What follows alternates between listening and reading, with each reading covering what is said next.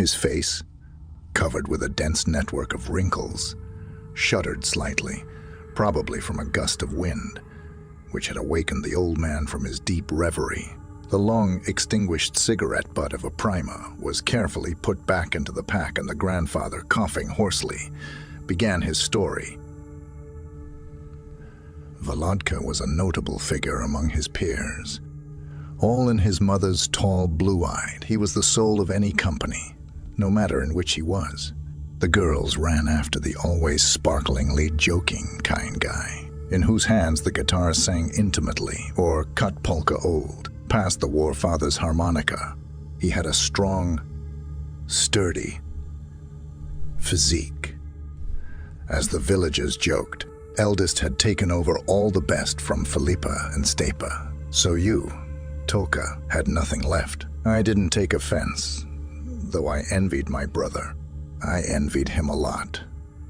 He always protected me. In the hungry years after the war, he wouldn't finish his own food, but he would put a piece of crumbly bread in my pocket. He would get tired. He couldn't stand on his feet, and he would help his younger brother to lead the mowing, as not every parent takes care of his child. So Volodya took care of me. Grandfather interrupted his speech now and then, carefully picking up pine needles and other debris from the grave with fingers curled by old age. Naturally, there was no photograph on the plate.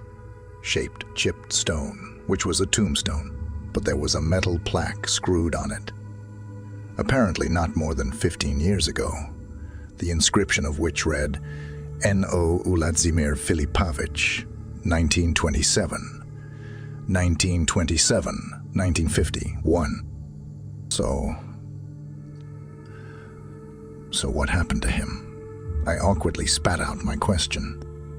The old man gave me a long, either judgmental or evaluating look, sat down on the bench and started digging in his pockets. The silence was becoming oppressive, and I regretted 100 times that I had stuck in with my inappropriate question. A familiar packet appeared in his hands. Having safely forgotten about the bullock left for later, Filipovich lights a new cigarette. Missing. Gone in the swamp. Later, I learned from old villagers that, as a young boy, Anatoly Filipovich used to graze collective farm livestock.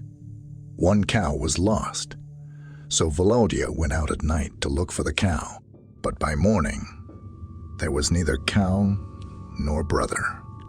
At that time, the places were perishing, so he must have wandered into the swamps at night. But his grandfather's voice took on a sort of conspiratorial tinge. He's been looking after me, even after his death. How so? I decided not to interrupt my grandfather until the end of the story, but I couldn't help myself. And here's how. I worked as a driver in our collective farm. I once drove my old zilgrain to the dryer, but hit a boulder or a snag on the bridge. The car was thrown up and I was bumped hard against the steering column, and everything went blurry in my eyes. And my Zil, having lost control, broke the fence and plunged into the river. The water was pouring into the cabin, and my eyes are getting dark. I'm about to faint, but I realize I have to get out of the cabin, and I'm so weak. I can't pull the handle. Holy shit, I think. That's it. The end. That's when I fell into darkness. I came to myself from the fact that the collar of my kerchief was painfully digging into my neck. With difficulty, I opened my eyes and saw that I was being dragged along the shoal by the scruff of my neck like a kitten. Volodya, I was shaking all over. I said, Volodya, what does it mean? I'm dead. But he didn't even hear me, but kept pulling and pulling me to the shore. Only he kept muttering under his nose, What are you doing, brother? What are you, brother? That's it. The light went out again. I woke up on the shore. There was a lot of people around, But no one came close, and all the women tried to hide behind men's shoulders. But then they saw that I was in a bad way and started to approach who was braver.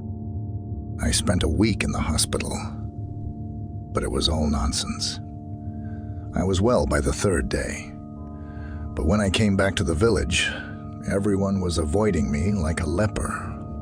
What's the matter? I don't know. My wife didn't say anything at first, but after some time she told me. As Zyla overturned in the water, there were 3 fishermen pulling perches nearby. As they saw what had happened, they immediately dropped their rods and wanted to dive to the bottom after you.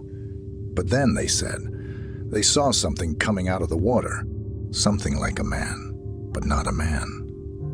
Long hair, disheveled. You can't see its eyes at all. Hollows, not eyes. And the skin like a dead man's, gray, and it casts in the sun like fish scales, and it's dragging you unconscious. They were frightened and rushed to the village for help. And when they came back, he was gone. Only you were lying down on the shore. That's how they nicknamed me Devil's Cum. Well, but I know that it was not the devils who dragged me out of the water, but my brother, my late Volodka. God rest his soul.